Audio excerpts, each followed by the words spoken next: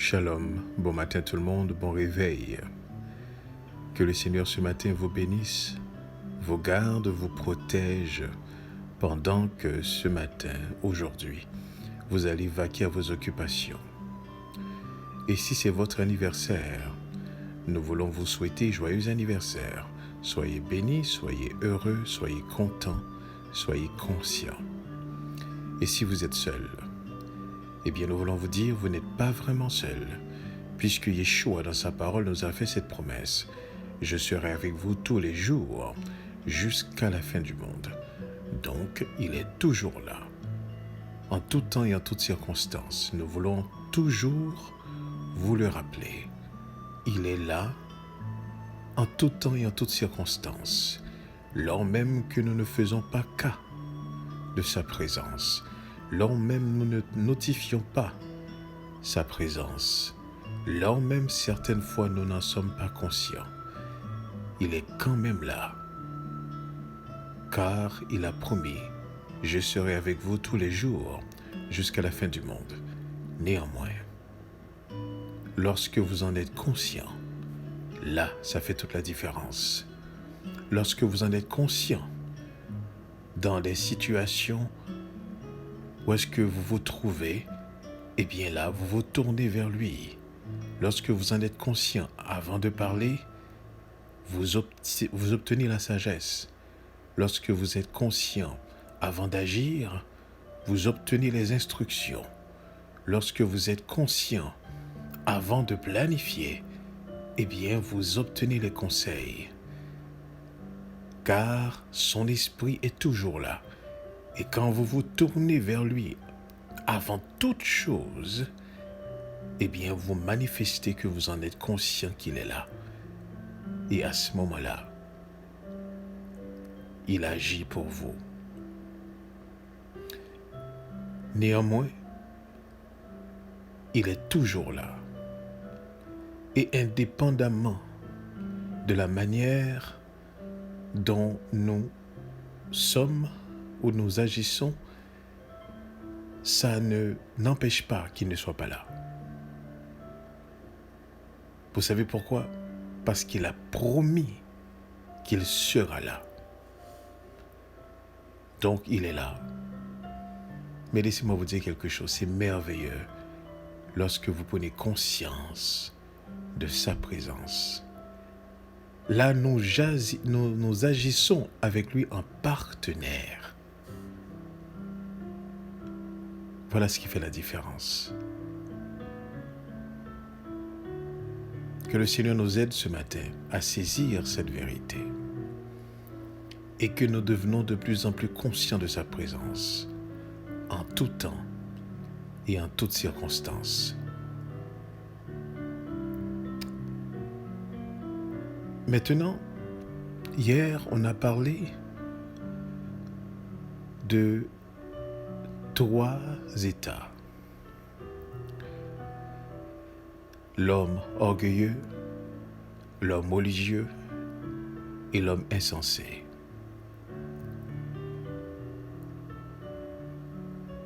Maintenant, j'aimerais développer effectivement chacun de ces états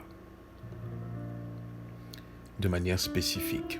On a dit hier, pour faire le résumé de la capsule d'hier, que ces 3 états avaient quelque chose en commun. Et c'était le fait tout simplement que et l'homme orgueilleux, l'homme religieux et l'homme insensé agissaient selon leur passion. Et on avait regardé dans le livre de Galates, au chapitre 5, au verset 22, pour dire que la maîtrise de soi fait partie du fruit de l'esprit. Et on faisait la différence entre la maîtrise de soi que parle le monde, qui n'est qu'en réalité un genre de refoulement de ses émotions. Mais par conséquent, ce n'est pas du tout ce que le livre de Galates présente lorsqu'on parle de maîtrise de soi. Ce n'est pas le refoulement de ses émotions. On ne refoule pas. Quand on refoule, on laisse en place, en quelque sorte. On suppresse, en quelque sorte. L'esprit ne nous appelle pas à suppresser nos émotions, à refouler nos émotions. Au contraire, on est libre. N'oubliez jamais cela. On est des êtres libres qui s'exercent dans la liberté. Donc, nous ne suppressons pas nos émotions. La maîtrise de soi fait partie justement du fruit de l'esprit. Et c'est un élément qui s'exerce dans l'amour. Donc, c'est un trait de caractère de l'enfant de Dieu qui de plus en plus apprend à se maîtriser. Et nous avons donné l'exemple de Yeshua, qui devant la souffrance se maîtrisait. Et certaines fois, on disait à Yeshua certaines choses qui auraient pu répondre, mais il ne répondait pas parce qu'il se maîtrisait. Donc cette maîtrise prend forme lorsqu'on est obéissant au Seigneur. Donc c'est l'Esprit qui nous incite soit à réagir, soit à agir. Donc dans n'importe quelle situation, nous regardons toujours vers Yeshua. Nous attendons l'instruction de l'Esprit. Aujourd'hui, nous aimerions simplement voir qu'est-ce qu'un orgueilleux. Souvent, le mot orgueil est pris même comme un mot qui voudrait dire fierté. On a une certaine fierté. Mais nous allons prendre comme base le livre de Proverbes au chapitre 28 au verset 25. Je vais lire 2 versions. Il y a une première version qui dit ceci: l'orgueilleux excite les colères, les querelles, mais celui qui se confie en l'Éternel est rassasié. L'orgueilleux excite les querelles, mais celui qui se confie en l'Éternel est rassasié. Et il y a une autre version qui dit ceci.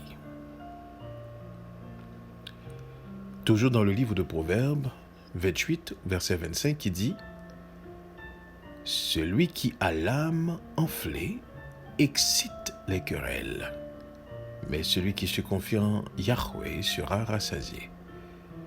Celui qui a l'âme enflée excite les querelles.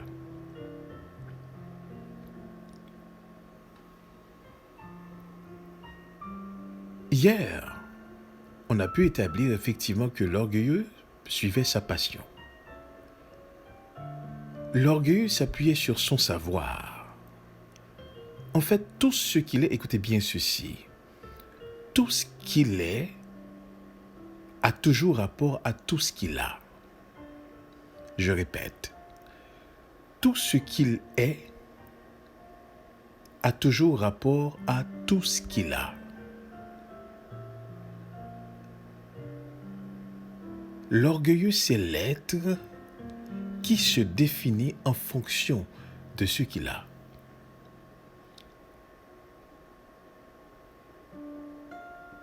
Lorsque l'homme riche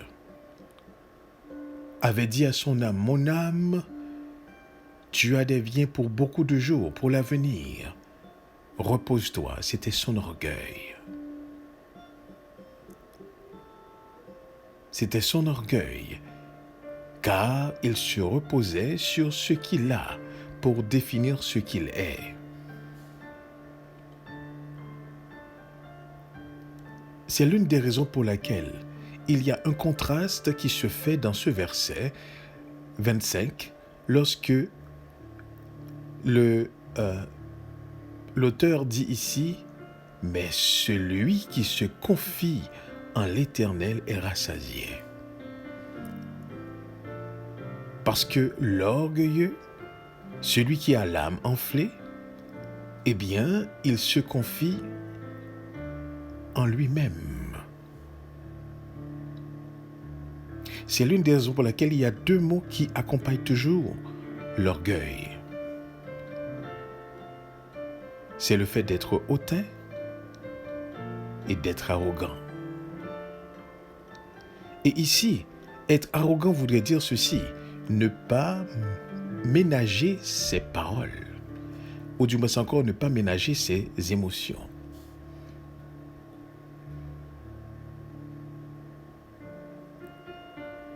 Donc, l'homme orgueilleux ou la femme orgueilleuse,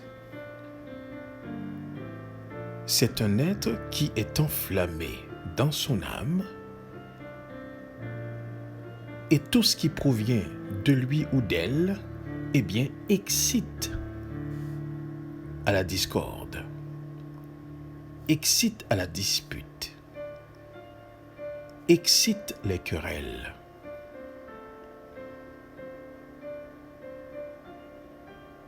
Et c'est l'une des raisons pour laquelle maintenant il va être dit que Dieu, Elohim, résiste aux orgueilleux. Voudrait dire qu'il va contre, il est opposé aux orgueilleux. Il ne prend pas plaisir dans l'orgueil humain.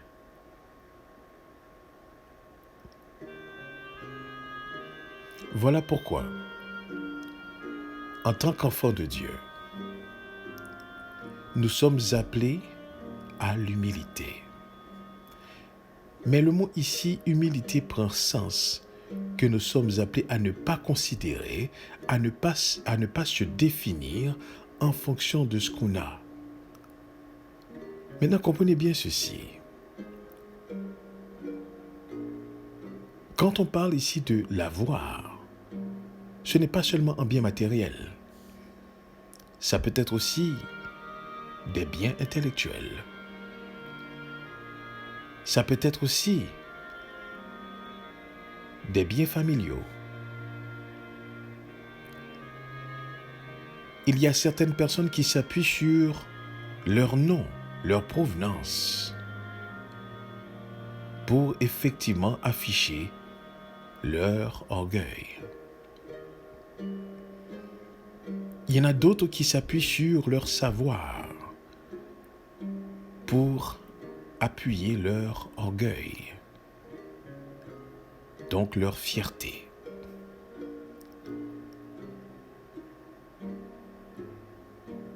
L'orgueilleux peut être aussi quelqu'un qui manifeste non seulement une arrogance et être hautain, mais c'est quelqu'un aussi qui fait étalage de son savoir.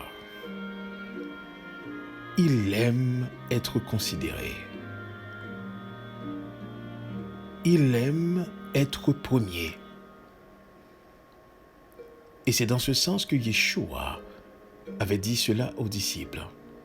Il y a plus d'honneur, justement, qu'on te voit en arrière et qu'on te dit d'avancer en avant, que tu puisses prendre la place d'avant et qu'on te demande d'aller en arrière.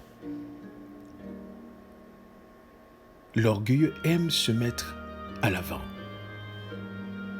Il aime être vu. Nous allons regarder dans le livre des Psaumes quelques caractéristiques de l'être orgueilleux. La première des choses qu'il faut considérer,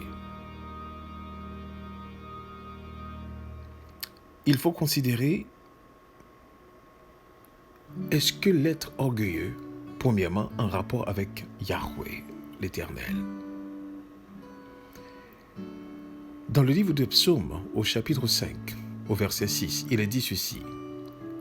Les orgueilleux ne subsistent pas devant tes yeux. Tu hais tous ceux qui commettent l'iniquité. L'orgueilleux n'a pas de subsistance aux yeux de Dieu. Voudrait dire, il n'a pas de poids. Sa raison d'être n'est pas agréée, en un mot. Les orgueilleux ne subsistent pas devant tes yeux.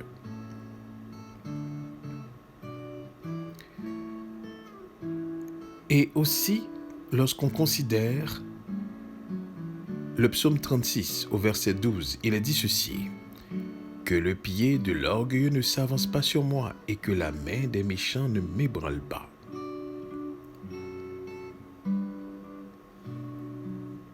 Il y a quelque chose qui n'est pas cette scène qui se dégage avec quelqu'un qui est orgueilleux.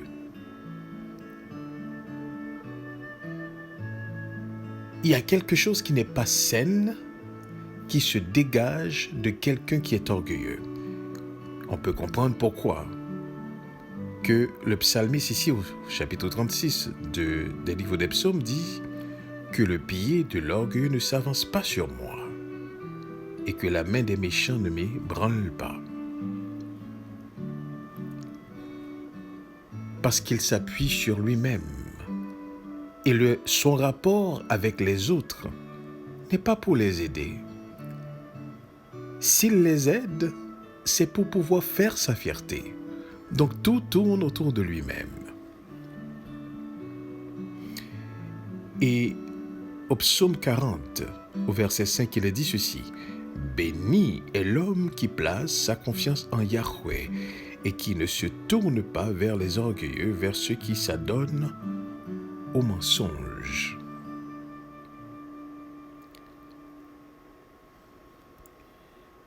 Et encore au psaume 86, il est dit ceci: Elohim, des gens orgueilleux se sont élevés contre moi, et une troupe de terrifiants en veut à mon âme. Ils ne t'ont pas placé devant eux.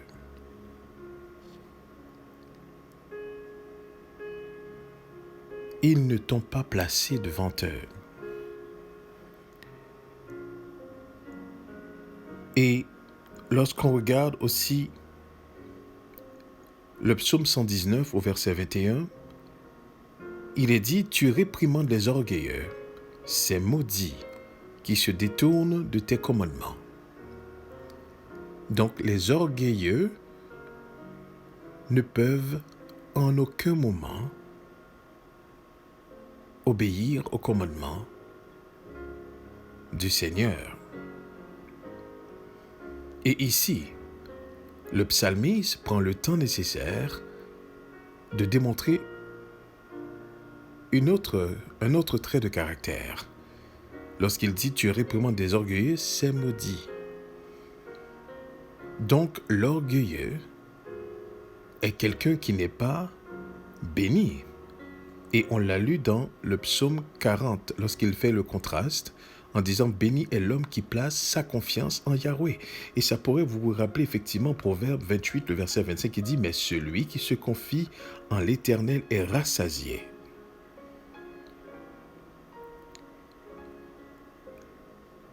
Au verset 51, toujours dans le livre des psaumes, chapitre 119, il est dit: les orgueilleux se sont beaucoup moqués de moi.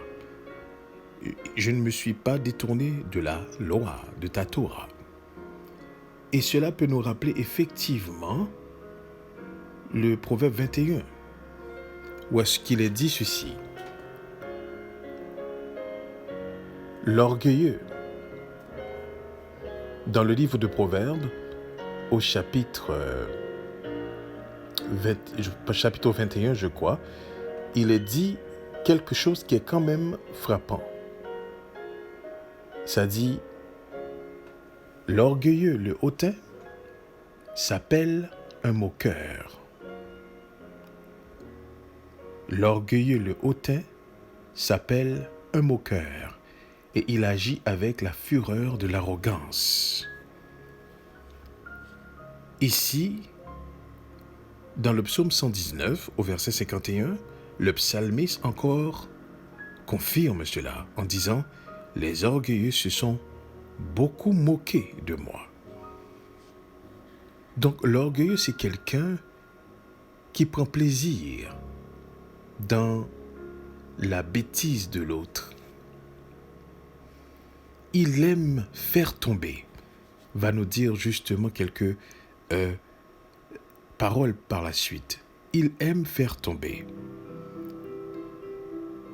Au verset 69, il est dit, « Les orgueilleux imaginent des faussetés contre moi, mais je garde de tout mon cœur tes préceptes. » Verset 78, « Que les orgueilleux rougissent de honte de ce qu'ils m'oppriment sans cause.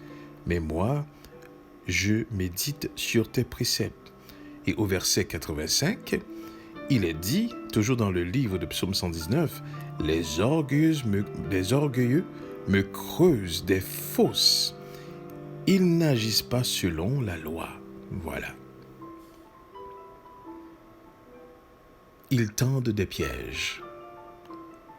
Ils ne sont pas sincères, à moins que tout tourne autour d'eux-mêmes, de leur personne.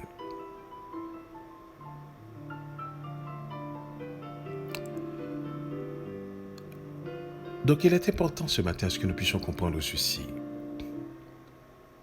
L'orgueil n'est pas un état qui est agréé par notre Dieu, par Elohim.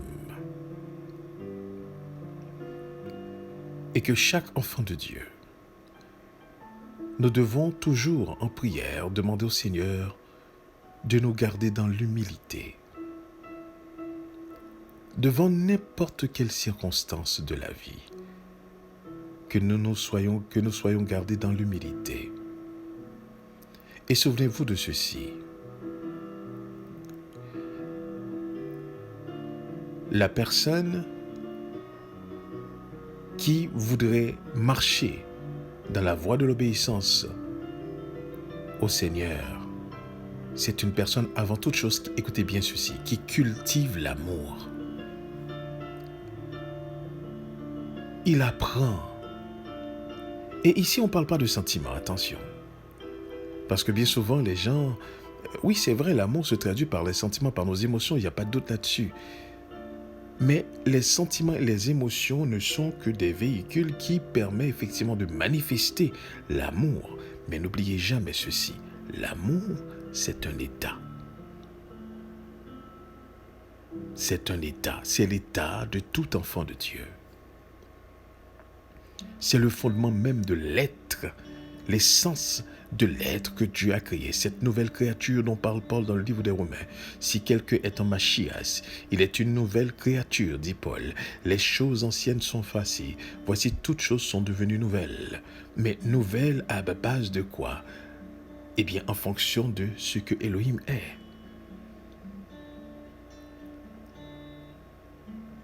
Si vous remarquez bien, si je vous poserais la question, quel est le problème fondamental de ce monde? Vous allez voir que c'est un problème d'amour. C'est un problème d'amour. Amour envers qui? Je ne vous dirai pas envers les uns les autres, pas du tout. Je vous dirai un problème d'amour envers Elohim.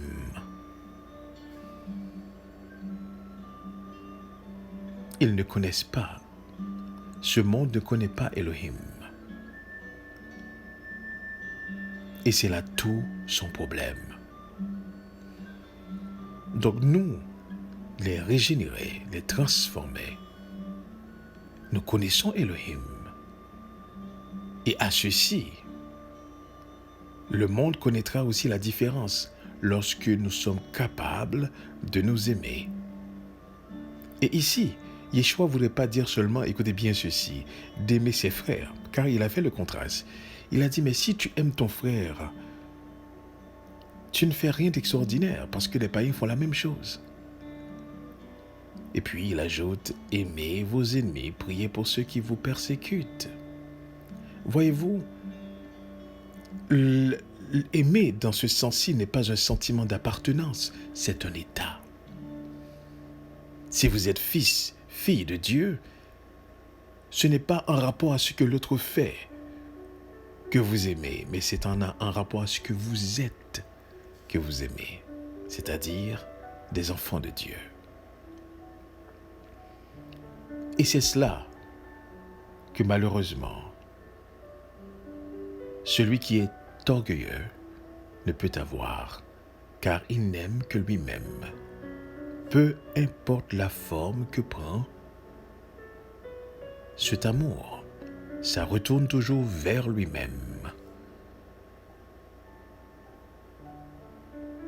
Voilà pourquoi nous devons prendre toutes les précautions nécessaires. Et en tout temps, nous devons toujours avoir les regards rivés sur Yeshua. Et que nous nous laissions diriger par l'Esprit de Dieu en tout temps et en toutes circonstances. Nous aurons à rencontrer des personnes qui vont nous blesser, qui vont nous humilier, qui vont essayer de nous écraser. Mais laissez-moi vous dire quelque chose.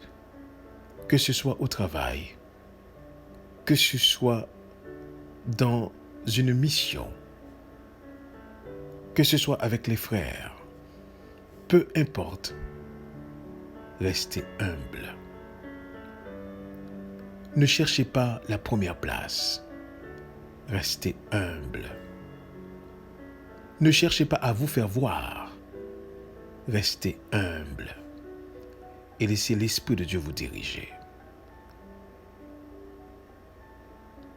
L'orgueilleux est toujours blessé.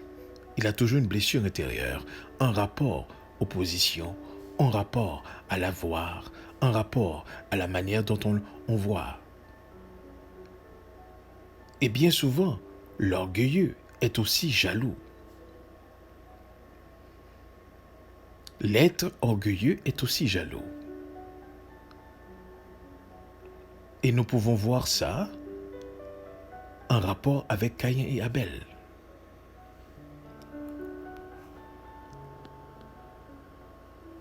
Il faut toujours comprendre ceci. L'être orgueilleux, pour finir, c'est un être qui cherche toujours à se satisfaire. Il éprouve toujours de la fierté pour lui-même. Et ça l'amène toujours dans des problèmes et dans des troubles. Rappelez-vous, qui avait tué Abel? Son frère. Qui a vendu Joseph? Ses frères. Qui a expulsé Jephthah? Ses frères, qui étaient jaloux de David. Ses frères. Qui n'était pas content du retour du fils prodigue? Son frère.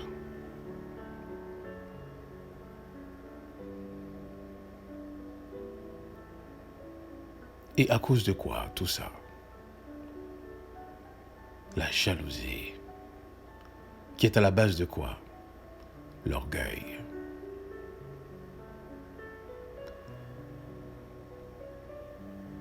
Voilà pourquoi ce matin.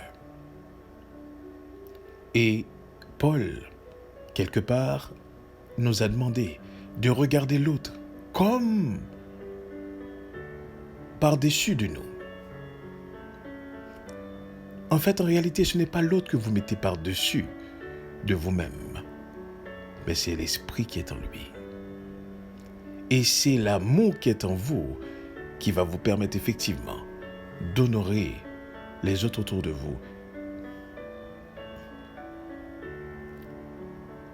Celui qui blesse peut le faire par orgueil, mais celui qui est blessé peut aussi agir par orgueil.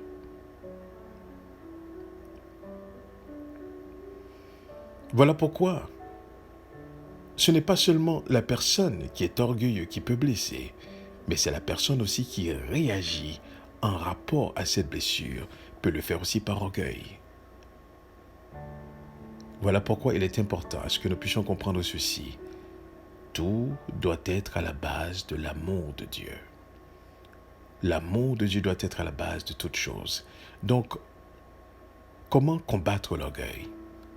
Eh bien, c'est rester dans l'humilité et dans le travail que l'Esprit de Dieu fait avec nous-mêmes, brisant nos caractères,